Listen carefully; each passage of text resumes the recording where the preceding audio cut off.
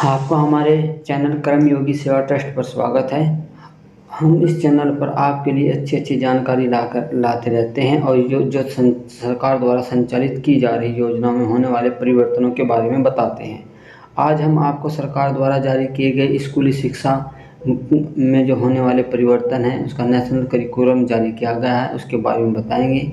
हुआ क्या है, मानव संसाधन विकास मंत्रालय द्वारा 23 अगस्त को स्कूली शिक्षा का जो पाठ्यक्रम है उसमें परिवर्तन करते हुए जो NCF कहलाता है, नेशनल करिकुलम फोरम, उसमें 2024 में होने वाले राज्य संस्थानों और केंद्रीय जो CBSE बोर्ड कहलाता है, दोनों में शामिल हुए शैक्षणिक बोर्डों की परीक्षाओं में जो संशोधन किए गए हैं उनके बारे में इस वीडियो में जानकारी दी जा रही है।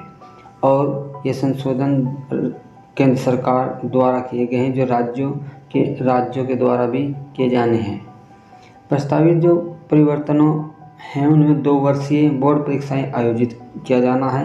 विज्ञान, वाणिज्य, कॉमर्स, मानविकी या फिर आर्ट साइड वाले जो पारंपरिक धाराओं को जो समाप्त करना है, जो एक रटीला टाइप पद्धति पहले से चली आ रही है उसे हटाना है। सरकार का जो नीतिकरण है उसमें एक उदारता लाना है परीक्षाओं में, ताकि जिससे कि बच्चों को एक प्रेशर बना रहता है बोर्ड परीक्षाओं का, उसे हटाना है। उसी का रोड मैप जो तैयार किया गया है इस नेशनल करिकुलम में, इसी की जानकारी आपको दी जा रही है। जो 640 पेज का एक NCF बहुत टाइम पहले 2005 में सरकार द्वारा तैयार किया गया था, जिसके जो प्रमुख थे इसरो के प्रमुख कस्तूरी रंगन थे और उनके नेतृत्व में 13 सदस्य एक समिति बनाई गई थी, जिसका उद्देश्य था शिक्षा में एक क्रांतिकारी परिवर्तन लाना। जो सबसे पहले संशोधन किया गया था वो 2005 में किया गया था। उसी के हिसाब से उस मसौदे से जो आज की शिक्षा चल रही है वही चल रही है, लेकिन अब 2023 में अब परिवर्तन दोबारा फिर लाया गया है। जो आर्ट साइड है, साइंस है या कॉमर्स के बच्चे हैं उनमें एक प्रेशर रहता है पढ़ाई का, उसी प्रेशर को हटाने के लिए सरकार ने इस रोड मैप को तैयार किया है और NCF नेशनल करिकुलम फॉर्म तैयार करके इसे पेश किया गया है, जो केंद्र और राज्य दोनों द्वारा चालू किया जाएगा। केंद्र सरकार द्वारा जो CBSE बोर्ड संचालित होते हैं उनमें इसे परिवर्तन करना अनिवार्य होना ही होना है। राष्ट्रीय पाठ्यचर्या रूपरेखा 2023 ने जो सिफारिश की है कि प्रत्येक शैक्षिक बोर्ड को 2 वर्ष परीक्षा आयोजित करनी होगी, यानी कि साल में 2 बार परीक्षाएं करनी होगी, जिसका जो रिजल्ट होगा 2024 CBSE बोर्ड में जो परीक्षा देने वाले जो छात्र हैं उन्हें छात्रों को एक ही वर्ष में 2 बार परीक्षा में बैठने के लिए मौका दिया जाएगा। इस 2 वर्ष पाठ्यक्रम होने के बावजूद बोर्ड परीक्षा 2024 के लिए छात्रों को अंतिम अंक सर्वश्रेष्ठ जो होंगे वे चुने जाएंगे। यानी कि कहने का मीनिंग ये है कि जिस 2 बार परीक्षाएं होंगी, दोनों 2 बार परीक्षा होने के बाद जिस में सबसे ज़्यादा अंक होंगे उसी अंकों को मान्यता देगा। यदि एक बार 60% आए, एक बार 70% आए, तो जो 70% अच्छा जो परफॉर्मेंस होगा उसमें सरकार या स्कूल या बोर्ड उसे ही अच्छा स्कोर मानेगा और उसी नंबरों को ऐड करेगा। बोर्ड परीक्षाओं में जो उच्च जोखिम वाले पहलू हैं उन्हें ख़त्म करना सरकार चाह रही है कि बच्चों को एक सर्वोत्तम शिक्षा दी जाए, उसका स्कोर बरकरार रखा जाए। एक जो साल का एक प्रेशर होता है कि आप इससे ज़्यादा साल के अंदर हर हाल में एक ही बार में आपको एग्ज़ाम देना है, वो सिरदर्द ख़त्म करने का प्रयास कर रही है। जो NCF नेशनल दस्तावेज हैं, बोर्ड की परीक्षाएं जो मौजूदा जो संरचनाएँ हैं उसमें एक बार अगर बच्चे का पेपर ख़राब हो गया तो उसे लगातार खराबी माना जाता है, लेकिन अब जो संशोधन किया जा रहा है वो सिर्फ इसीलिए किया गया है। उसका आंकलन सालाना में एक बार होता था, लेकिन अब स्कोर का जो आंकलन होगा अब 2 बार होगा। अब दोनों बार में जिसका अच्छा स्कोर होगा उसे रिजल्ट में शामिल किया जाएगा। वर्ष के अंत में एक परीक्षा की बजाय अब मॉड्यूलर जो परीक्षा है उसे पेश किया जा रहा है। इन्हीं साल के अगले समय में पेश किया जा सकता है। उचित समय बोर्ड परीक्षाओं को ऑन डिमांड परीक्षा की पेशकश करने की क्षमता जारी की जा रही है, यानी कि जब आने वाले समय में ये भी परिवर्तन हो सकता है कि 2 बार परीक्षाएं बोर्ड की ना कराकर जब बच्चे का मन करेगा तब उसी हिसाब से इसकी बोर्ड परीक्षाएं ली जा सकती हैं। अब जो इसमें न्यूनतम 2 भाषाएं लागू की गई हैं, आज का जो पाठ्यक्रम है उसमें सिर्फ एक भाषा चूज करता है, हिंदी या अंग्रेजी या जो भी उसकी स्टेट की भाषा होती है वे। लेकिन अब सरकार ने क्या किया है कि अब कक्षा 11 व 12 के छात्रों के लिए न्यूनतम 2 भाषाएं अनिवार्य होंगी। एक केंद्र सरकार की यानी कि इंग्लिश मानिए, दूसरी स्टेट की यानी कि जो जिस स्टेट में है उसके हिसाब से उसे शामिल करेगा। इसलिए एनसीएफ 2023 में कहा गया कि इस बदलाव को तुरंत लागू किया जाना चाहिए, जिससे छात्रों को 2024 में अपनी परीक्षाएं देने और 2 बार बोर्ड में जो अच्छा स्कोर होगा उसका लाभ लेने का उसे फ़ायदा वो उठा सके। पाठ्य का जो परिवर्तन किया गया है, स्कूली छात्रों में भारतीय गणितज्ञों के कार्यों के बारे में जागरूकता बढ़ाना, यानी कि जो भारत के अंदर गणितज्ञ हैं जैसे आर्यभट्ट, वराहमिहिर आदि जितने भी गणितज्ञ हैं उनके बारे में जानकारी देना इसका मुख्य उद्देश्य है। राष्ट्रीय पाठ्यचर्या 2023 का उद्देश्य यहाँ के स्कूलों में पढ़ाए जाने वाले जो गणित पाठ्यक्रम को नया स्वरूप देना और साथ ही विषय को पढ़ाने के तरीके में बदलाव लाना, बच्चे के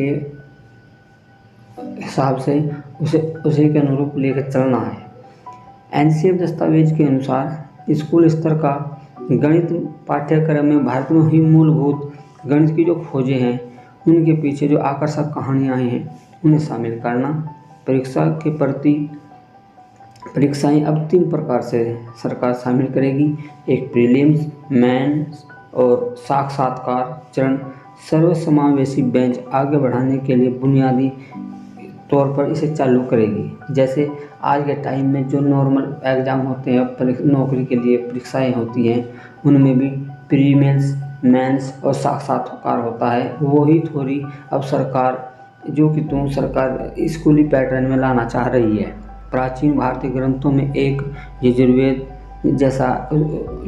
में पहले ही सिखाया गया है 10 की घात 10 यानी कि 10 टू द पावर 10 और 10 टू द पावर 12 जैसी संख्याओं के लिए शब्दों का प्रयोग किया गया है, जो बोधायन पाइथागोरस में पहले ही उदाहरणाएं शामिल की गई हैं। 0 से 9 अंकों का उपयोग करने की जो भारतीय प्रणाली है उसे भी शामिल किया जा रहा है। जो आर्यभट्टाचार्य के खगोलीय ग्रंथ आर्यभट्ट में साइन या से भारतीय उपयोग में कोज्जा कहा जाता है और कोस यानी कि कोटजा कहा जाता है। त्रिकोणमिति की जो अवधारणाएं हैं एनसीएफ गणित भारतीय पारंपरिक भारतीय अनुसंधानों पर नज़र डालने के लिए इसे भी कोर्स में शामिल किया जाएगा, ताकि पता चले कि भारत के अंदर जो आविष्कार किए गए गणितज्ञों के द्वारा भी क्या क्या किए गए हैं। प्रौद्योगिकी में या जैसा टेक्नोलॉजी में यह भारतीय टेक्नोलॉजी के कुछ तत्वों को जोड़ने की सिफारिश करता है। कुछ प्रारंभिक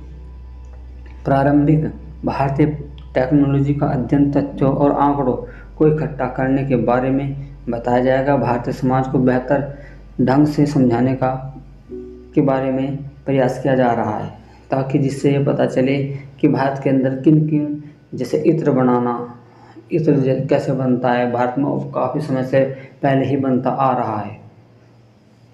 विषयों का जो चुनने का उन्होंने एक फ्लेक्सिबल जो दिया है एनसीएफ में 4 समूह में उन्हें बांटा है। पहले क्या था कि जैसा आर्ट साइड का है बच्चा जैसे तो वो आर्ट साइड के सब्जेक्ट लेगा, साइंस है साइंस साइड के सब्जेक्ट लेगा, और जो मैथ का है तो मैथ का ही लेगा। लेकिन अब ऐसा नहीं है, अब बच्चा 2 तरह से कोई भी 2 ग्रुप उठा सकता है। साइंस ले लो और आर्ट ले लो या फिर कॉमर्स ले लो, कोई भी किसी तरह से इसमें लचीलापन दिया गया ताकि जिससे बच्चे पर किसी तरह का प्रेशर ना हो, जिस बच्चे की रुचि जिस सब्जेक्ट में हो वो उस हिसाब से चला सकता है। 12वीं कक्षा के जो बोर्ड परीक्षा की जो छात्रों की स्ट्रीम है, जैसा विज्ञान गणित है, उनमें वो सब चुनने के लिए फ्री करने का प्रयास किया जा रहा है। कक्षा 12 के छात्रों के लिए समूह 1 की 2 भाषाएं शामिल करनी होंगी। समूह 2 में से लेकर 4 तक कोई भी 2 श्रेणियाँ शामिल कर अपने विषय रुचि के अनुसार विषय चुन सकेगा। ऐसा नहीं है कि साइंस का लड़का आर्ट नहीं के सब्जेक्ट नहीं ले पाने का और आर्ट का लड़का साइंस का सब्जेक्ट नहीं ले पाने का, ऐसा कुछ नहीं है। वो उसके इच्छा के अनुसार होगा, उसकी रुचि के अनुसार होगा, उसे ले सकता है, उसे पढ़ सकता है। एनसीएफ के अनुसार शैक्षणिक संस्थानों की जो सलाह दी गई है वो समूह 1, 2, 3, 4 में से कम 2 समूह चुनवाने अनिवार्य होंगे। यह तत्परता 5 वर्षों के भीतर सभी 4 समूह तक विस्तारित होनी चाहिए। इसके अलावा 1 दशक के भीतर स्कूलों को पाठ्यक्रम डोमेन में फैले अधिक विस्तृत श्रृंखलाओं को शामिल करने के लिए अपनी विशेषज्ञता को विस्तारित करना चाहिए, जिससे छात्रों को सभी 4 समूह के विषयों को जुड़ने में बाध्यता में कोई कमी ना आए, यानी कि बच्चों को उनकी इच्छा के अनुसार विषय दिए जाने का उद्देश्य इसमें रखा गया है। 10 वर्षों में परीक्षा बोर्डों का जो मॉड्यूलर परीक्षाओं के माध्यम से प्रमाणन यानी कि मॉड्यूलर परीक्षा का जो रिजल्ट दिया जाना है वो अनिवार्य है। दस्तावेजों में कहा गया है कि इसका उद्देश्य एक बार में बड़े मात्रा में सामग्रियों का अध्ययन करने की आवश्यकता को समाप्त करना और इस तरह से कोचिंग संस्कृति और कोचिंग की आवश्यकता कम करने का प्रयास किया गया है। यानी कि जैसे प्रेशर रहता है बच्चे पर, तो बच्चा कहीं ना कहीं कैसा न कैसा करके कोचिंग करके उसकी एजुकेशन को ग्रहण करने की कोशिश करता है, ताकि जिससे वो आसानी से अपने विषय को स्वीकार विषय का रिजल्ट अच्छा दे सके। इस पद्धति को ख़त्म करते हुए कोचिंग की उसे कम करने का इसमें प्रयास किया गया है, जिससे बच्चा आराम से 2 बार बोर्ड की परीक्षाएं देगा और उसका रिजल्ट अच्छा आएगा। एक उस पर दबाव ख़त्म होगा, उसे कोचिंग का मैटर जाने का, बार बार पैसे एक्स्ट्रा देने का, स्कूलों में पढ़ाई ना होकर कोचिंग में करना, उसे राहत मिलेगी। यह राष्ट्रीय शिक्षा नीति का उद्देश्य इसके अनुरूप बनाया गया है और विभिन्न विषयों में मौलिक अवधारणाओं और दक्षताओं का आकलन करने यानी कि उनकी जो है बुद्धिमत्ता, उनका विकास करना, और ताकि जिससे कि वे आसानी से उस चीज़ को स्वीकार कर सके जो उनका मन, उनकी रुचि के अनुसार विषयों का चयन हो सके और उनकी शिक्षा से किसी तरह। यह दृष्टिकोण है कि बच्चों को जो पहले रटा पद्धति के अनुसार चलता था कि पढ़ो रटो और उसके बाद एग्ज़ाम दो, लेकिन अब सरकार चाह रही है कि अब पढ़ो रटो नहीं, अब पढ़ो और समझो, उसके हिसाब से जो है आप आराम से अपने जो बोर्ड की परीक्षाएं हैं और जैसे बीए बीएससी में होती हैं सेमेस्टर वाइज करने का प्रयास कर रहे हैं, ताकि उससे बच्चे पर प्रेशर कम हो और बच्चा आसानी से कोचिंग के एक दबाव में रहता है वो भी ख़त्म हो जाए। यह राष्ट्रीय शिक्षा नीति उद्देश्य के अनुरूप है, जिसका उद्देश्य विभिन्न विषयों में मौलिक अवधारणाओं और दस्तावेजों का आकलन करना है। साथ ही यह सुनिश्चित करना है कि प्रामाणिक शिक्षा से किसी भी तरह का समझौता नहीं किया जाए, यानी कि एक तरह से जो शिक्षा है वो एक लचीले रूप में हो और एक प्रेशर के दबाव में ना हो। जैसे बच्चे आत्महत्या कर लेते हैं कि मैं 10वीं में फेल हो गया है, मेरी मेहनत नहीं है, वो रिजल्ट ख़त्म करते हुए बच्चे को एक नॉर्मल शिक्षा प्राप्त हो, ये चाह रहे हैं। आगे क्या होता है, एनसीईआरटी ने कक्षा 3 से 12 तक के लिए एनसीएफ के अनुरूप पाठ्य पुस्तकें और पूरक सामग्री तैयार करने के लिए 19 सदस्य समिति का गठन किया है, ताकि जिससे इसमें संबंधित विषय के विशेषज्ञों द्वारा सहायता प्रदान की जाएगी। शिक्षा मंत्रालय ने इस साल की शुरुआत में कहा था कि नई पाठ्य पुस्तकें 24 और 25 शैक्षणिक सत्र में पेश की जाएंगी, ताकि जिससे आसानी से 2024 में जो 2 वर्षीय बोर्ड परीक्षाओं का आयोजन किया जा रहा है वो संभव पूर्ण हो सके। वर्तमान में प्रचलन में पाठ्य पुस्तकें जो NCF 2005 के रूप से तैयार की गई हैं, जो इसका आजकल जो पढ़ाई है वो चल रही है। न तो NEP और न ही NCF राज्यों पर बाध्यकारी नहीं होगा, क्योंकि वो अपनी इच्छा के अनुसार इसे यूज कर सकता है। कारण इसका यह है क्योंकि शिक्षा एक समवर्ती सूची का विषय है, जिसमें केंद्र सरकार और राज्य सरकार दोनों अपनी इच्छा के अनुसार लागू कर सकते हैं, लेकिन CBSE बोर्ड में हर हाल में यह लागू होगा। और जो स्टेट हैं जैसे कर्नाटक के अंदर कांग्रेस है जो बहुमत में है, वो तो उसने साफ मना कर दिया कि हम इसे अपने राज्य में लागू नहीं करेंगे। तो ये राज्यों के ऊपर भी निर्भर करता है। आपको एक क्वेश्चन दिया जा रहा है, NEP 2020 के अनुसार उच्च शिक्षा में एक मजबूत अनुसंधान संस्कृति को बढ़ावा देने और अनुसंधान अक्षमता के निर्णय के लिए जो इसका क्वेश्चन का आंसर होगा वो आपने बताना अनिवार्य है। आप बताइए कि इसमें क्या होगा इसका आंसर।